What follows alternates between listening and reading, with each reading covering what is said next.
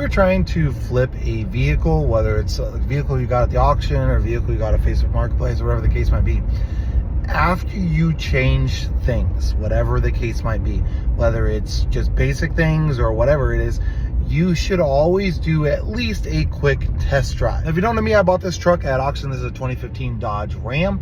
And when I purchased this truck, it had a bunch of lights on the dash, but no check engine light.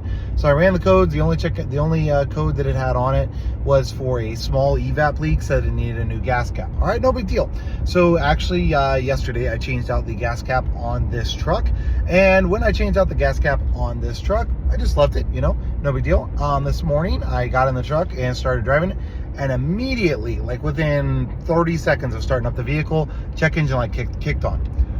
I was like, well, shoot. So I've driven it already 100 plus miles since the auction. I drove it back from the auction, been driving it around, trying to give it a good run in, and never had any issues with the check engine light. So it came on, I went and grabbed my scanner, came back out, and the check engine light shows that there is now an EVAP leak. Now, there was no EVAP leak prior to me changing the gas cap. The only thing I had going on with it was a small EVAP leak, and it said, loose gas cap or whatever, which the gas cap was tight. So I was like, okay, perfect, needs a new gas cap, right?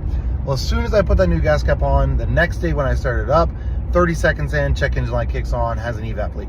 Now, it's either a really, really big coincidence that those both happen simultaneously, or, which is my guess, I got a defective gas cap. Now imagine if I would have got that gas cap and I go to flip it to somebody this morning and the check engine light comes on. They come over and they're like, oh, blah, blah, blah. They start it up, and immediately it's got the check engine light on. One, they're not gonna buy the truck. Two, I look like a shady person who's trying to hide things from them when I don't tell them about this thing. And three, they're gonna think I'm lying when I say, oh, I just replaced the gas cap yesterday, and that's why the check engine light's on. Because that just sounds like it's made up, right? But that's actually what happened. So if you're gonna be flipping a car, you need to look into the fact of, okay, test driving it after you fix something, give it some mileage, those sorts of things.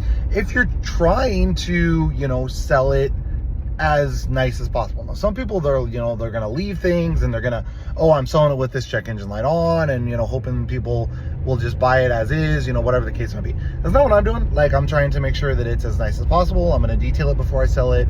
I'm doing all these things to it. I'm making sure the ABS is fixed on it, like all those sorts of details. I'm making sure all of that. So I want to make sure that my check engine light isn't on, just from a stupid gas cap that was obviously defective. So just, if you're purchasing things, if you're whatever for your flip car, just make sure you actually, take it out and do a little test drive with it, because now I've got a check engine light on, and I gotta send back the one that I got. I'm probably gonna get one locally now, the gas cap locally, so that way I can make sure that it is good to go. So just something to consider when you're flipping cars.